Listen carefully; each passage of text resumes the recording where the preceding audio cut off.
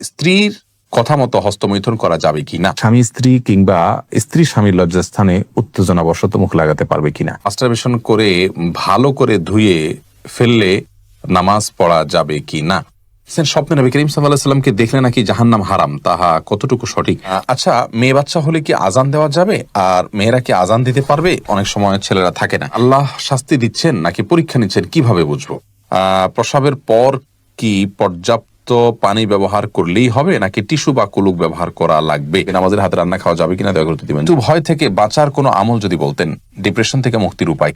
আবু সুফিয়ান, আপনি জানতে চেয়েছেন মৃত্যু ভয় থেকে বাঁচার কোনো আমল যদি বলতেন, ডিপ্রেশন থেকে মুক্তির উপায় কি? ভাই আবু সুফিয়ান, আল্লাহ রাব্বুল আলামিন মানুষের হায়াতকে নির্দিষ্ট করে দিয়েছেন এবং প্রত্যেকে যার যার সেই সীমানা পর্যন্ত যাবেই। বিধায় অযাচিত কোনো মৃত্যুর ভয় থেকে বাঁচার জন্য আমরা সাবধানতা অবলম্বন করব, কিন্তু আমাদের বিশ্বাস থাকবে যে আল্লাহ রাব্বুল আলামিন আমাদেরকে হায়াত শেষ করার আগ পর্যন্ত 1 সেকেন্ড বাকি থাকতেও আমাদের মৃত্যু হবে না। বিধায় নিজেকে সে সমস্ত আয়াতগুলোর প্রতি সেগুলোর বিশ্বাস নিজের মধ্যে বাড়াতে হবে, বদ্ধমূল করতে হবে, সেগুলো বিশেষ করে পাঠ করতে হবে। ইনশাআল্লাহ বিদিনের মাধ্যমে আশা করা যায় নিজের মধ্যে মৃত্যু ভয় কমবে। আর ডিপ্রেশন দূর করবার জন্য তাহাজ্জুদে সিজদায় গিয়ে আল্লাহর সাথে কথা বলুন, কাঁদুন, দোয়া করুন, আল্লাহর সঙ্গে একান্তে সময় কাটান। ইনশাআল্লাহ বিদিনিল্লাহ এর মাধ্যমে ডিপ্রেশন কিছুটা হলেও কমবে। এবং কোনো দক্ষ আলেম এবং দিনদার, আল্লাহর সাথে ভালো সম্পর্ক রাখেন, মুত্তাকি পরহেজগার, এরকম নেককার মানুষের সান্নিধ্যে যান, তার সঙ্গে একান্তে কথা বলেন, ইনশাআল্লাহ বিদিনিল্লাহ আপনি ডিপ্রেশন দেখবেন অনেকখানি কমে যাবে। এরপরে আদনান সাইদ, আপনি জানতে চেয়েছেন প্রসবের পর কি পর্যাপ্ত পানি ব্যবহার করলেই হবে নাকি টিস্যু বা কুলুক ব্যবহার করা লাগবে? দুইটাই ব্যবহার করা হাদিস দ্বারা প্রমাণিত রয়েছে, আপনি দুইটাই ব্যবহার করতে পারেন। তবে সাধারণ অবস্থাতে, স্বাভাবিক অবস্থা শুধু পানি ব্যবহার করলেই আপনি পাক হয়ে যাবেন যদি পেশাবের ধারা বন্ধ হয়ে যায়। এরপরে ফিরোজ, আপনি জানতেছেন বেনামাজের হাতে রান্না খাওয়া যাবে কিনা দয়া করে দিবেন। জি, যাবে। অমুসলিমের হাতে রান্না রাসূল আকরাম সাল্লাল্লাহু আলাইহি ওয়াসাল্লাম খেয়েছেন, ইহুদির বাড়িতে খেয়েছেন, অতএব বেনামাজের হাতে অবশ্যই খাওয়া যেতে পারে। আপনি কি খাচ্ছেন সেটা হলো বিষয়, কার হাতে খাচ্ছেন সেটি বিষয় নয়। হালাল খেয়ে থাকলে খারাপ মানুষের হাতেও খেতে পারেন, রান্না করাও খেতে পারেন। আর হারাম যদি খান তাহলে ভালো মানুষ রান্না করে দিলে তার হাতের খাওয়াও খেতে পারেন না। রাবেয়া বসরি বোন, আপনি জানতে চেয়েছেন পিরিয়ডের রক্ত নতুন জামায় লাগার পর অনেকবার ধোয়া হলেও দাগ রয়ে যায়, এটা পরে কি নামাজ আদায় করা যাবে? দেখুন, কোনো নাপাক সেটি আমাদের কাপড়ে লাগলে, সেটি প্রবাহমান রক্ত হোক বা অন্য কোনো নাপাক হোক, আমরা সেটিকে ধৌত করব পানি দিয়ে। যথাসম্ভব স্বাভাবিকভাবে একটি কাপড় যেভাবে মানুষ ধোয় ময়লা দূর করার জন্য, ওইভাবে ধোয়ার পরেও যদি তার মধ্যে দাগ থেকে যায়, তাহলে সেক্ষেত্রে তার কারণে সেই কাপড় পরে সালাত আদায় করতে কোনো প্রকার অসুবিধা হবে না। অর্থাৎ আমরা রক্তের কথাই যদি বলি যে রক্তের দাগ একটুখানি রয়ে গেছে, অনেক ধুয়েছি, আমি সাবান দিয়ে ধুয়েছি, বা সচরাচর ময়লা দূর করার জন্য যেভাবে কাপড় ধোয়া হয় সেভাবে আমি ধুয়েছি, তারপরেও দাগ যদি থেকে যায়, তার কারণে সেই কাপড় পরে সালাত আদায় করতে কোনো প্রকার নিষিদ্ধ হবে না। কারণ আল্লাহ রাব্বুল আলামিন বলেছেন আমাদেরকে, ফাত্তাকুল্লাহ মাস্তাতা'তুম, তোমরা আল্লাহকে ভয় করো যতটুকু তোমাদের সাধ্যে কুলায়। বিধায় আপনি কাপড় চোপড় ধোবেন স্বাভাবিকভাবে যতটুকু ধুয়ে থাকেন ময়লা দূর করার জন্য ততটুকু, এরপরেও যদি থেকে যায় তাহলে সেক্ষেত্রে আপনার আর এক্ষেত্রে কোনো গুনাহ হবে না ইনশাআল্লাহ, যেহেতু এখানে আপনার কিছু করার নেই। এমডি খালিল মির্জা, আপনি জানতে চেয়েছেন স্ত্রীর কথা মতো হস্তমৈথুন করা যাবে কি না। স্ত্রী হস্তমৈথুন করতে কেন বলবেন? যদি কোন স্ত্রী হস্তমৈথুন করতে বলেন তাহলে এটা অসুস্থতা, এটি জায়েজ নয়।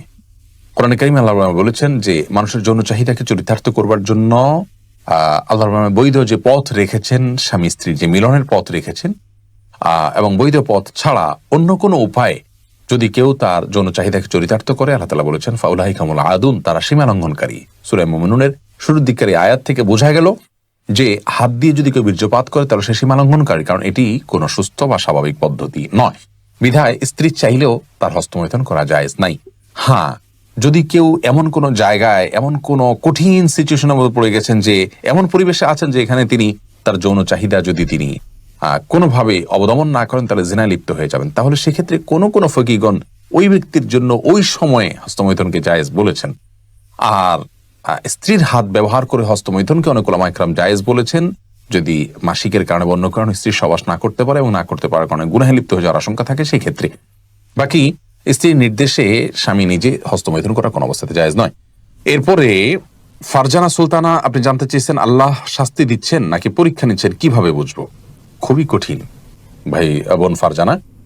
আমাদের জীবনে কোনো বিপদ আসলে সেটি একইভাবে আল্লাহর পক্ষ থেকে পরীক্ষা হতে পারে, আল্লাহ আমাদেরকে পরীক্ষা করছেন, এমনটি হতে পারে আমরা কি করি, আমরা সবর করতে পারি কিনা। আবার একই সঙ্গে আমাদের কোন কৃতকর্মের জন্য শাস্তি আল্লাহ তাআলা দিচ্ছেন, দুনাল আযাবিল আকবার, বড় শাস্তির আগে ছোট শাস্তি দিয়ে আল্লাহ আমাদেরকে সতর্ক করতে চাইছেন, এমনটিও হতে পারে। তো কোন দৃষ্টিকোণ থেকে কোন বিপদটি এসছে, কোন সমস্যাটি এসছে, সেটি কিন্তু আমাদের কারোরই বলার কোনো সুযোগ নেই, যেহেতু নবী নেই, ওহীর দুয়ার নেই, আল্লাহর এই বিষয়টিকে জানার কোনো উপায় নেই। আমরা স্বাভাবিকভাবে এটিকে দুইটারই সম্ভাবনা রয়েছে, সেই জায়গা থেকে বিপদে পড়লে আমরা ইস্তেগফার করব এবং ধৈর্যের পরীক্ষায় উত্তীর্ণ হওয়ার জন্য প্রয়াস চালাবো। এরপর আয়াত ইসলাম আপনি জানতে চেয়েছেন, আচ্ছা মেয়ে বাচ্চা হলে কি আজান দেওয়া যাবে, আর মেয়েরা কি আজান দিতে পারবে? অনেক সময় ছেলেরা থাকে না, মেয়ে বাচ্চা হলেও আজান দিবেন। আর আজান দেওয়া সম্পর্কিত হাদিসগুলো আসলে খুব বেশি যে শক্তিশালী তা নয়, বরং বিন বাজ রাহিমাহুল্লাহ আজান বাচ্চার নবজাতকের ভূমিষ্ঠ হওয়ার পর তার কানে আজানের বিষয়ে হাদিসগুলোকে অ্যানালাইসিস করে বলেছেন বেশিরভাগ হাদিস জয়ীফ, কিন্তু অনেকগুলো হাদিস বর্ণিত হয়েছে এটা করা যেতে পারে, ফজিলতের মতো বিষয়, হাদিসের জফের যে মাত্রা তাতে এটা করা যেতে পারে, খুব বেশি গুরুত্বপূর্ণ না হলে এটা করা যেতে পারে। তবে মেয়েরা নাও, ছেলেরাই আজান দিবেন এবং মেয়ের বাচ্চা হলেও আজান দিবেন, পৃথক করা হয়নি হাদিসে ছেলে মেয়ে আলাদা করে। নোমান শাহ আপনি জানতে চেয়েছেন, স্বপ্নে নবী করিম সাল্লাল্লাহু আলাইহি ওয়াসাল্লামকে দেখলে নাকি জাহান্নাম হারাম, তাহা কতটুকু সঠিক? দেখুন, এই বিষয়ে হাদিস রয়েছে দাইফ। আর দ্বিতীয়ত হলো যে রাসূল আকরাম সাল্লাল্লাহু আলাইহি ওয়াসাল্লামকে আমরা স্বপ্নে দেখলে তিনি রাসূল আকরাম সাল্লাল্লাহু আলাইহি ওয়াসাল্লাম কিনা এটা নিশ্চিত হওয়া কঠিন। যদিও একটি হাদিস রয়েছে রাসূল আকরাম সাল্লাল্লাহু আলাইহি ওয়াসাল্লাম বলেছেন, কেউ আমাকে স্বপ্নে দেখলে সে অবশ্যই আমাকে স্বপ্নে দেখেছে, কারণ শয়তান আমার আকৃতিকে ধারণ করতে পারে না।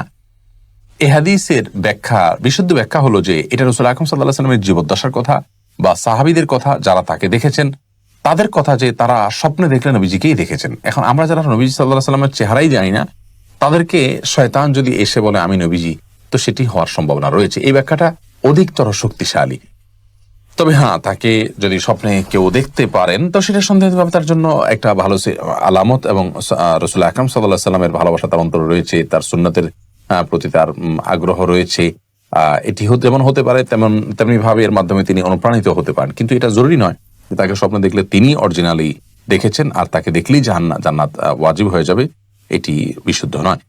এমডি আরিফ জানতে চেয়েছেন, মাস্টারবেশন করে ভালো করে ধুয়ে ফেললে নামাজ পড়া যাবে কি না? দেখুন, যে কোনো নাপাক যদি ভালো করে ধুয়ে আপনি পাক করে ফেলেন তাহলে সেক্ষেত্রে অবশ্যই সেখানে সালাত আদায় করতে পারবেন, সেটি সম্পূর্ণ স্বতন্ত্র এবং ভিন্ন একটি বিষয়। রিজওয়ানুর রহমান হৃদয় জানতে চেয়েছেন, স্বামী স্ত্রী কিংবা স্ত্রী স্বামীর লজ্জাস্থানে উত্তেজনাবশত মুখ লাগাতে পারবে কিনা? এটা ঘৃণ্য কাজ ইসলাম শরিয়াতে, এটি আর কিছু না হলো মাকরু, কমপক্ষে হারাম সরাসরি না হলো মাকরু, অপছন্দনীয় কাজ। এরপরে এমডি জাকির জানতে চেয়েছেন, দোকানে কি বিড়ি সিগারেট বিক্রি করা সম্পর্কে ইসলাম কি বলে? যদিও আমরা খাই না, দোকানে বিড়ি সিগারেট রেখে বিক্রি করলে সেই উপার্জিত অর্থ আমাদের জন্য হালাল হবে না। যদি কেউ দোকানে বিড়ি সিগারেট না রেখে দোকানদারি করতে পারেন সেটা হবে সবচেয়ে ভালো। আর যদি এটা না রেখে তিনি তা কোনো উপায় না থাকে, তাহলে সেক্ষেত্রে এইটার উপার্জনের টাকাটাকে তিনি আলাদা করে রাখবেন, সেটা তিনি ভক্ষণ করবেন না এবং সেটা তিনি দান করে দিবেন সওয়াবে নিয়ত করা ছাড়া। এটা হলো তার নিষ্কৃতির উপায়।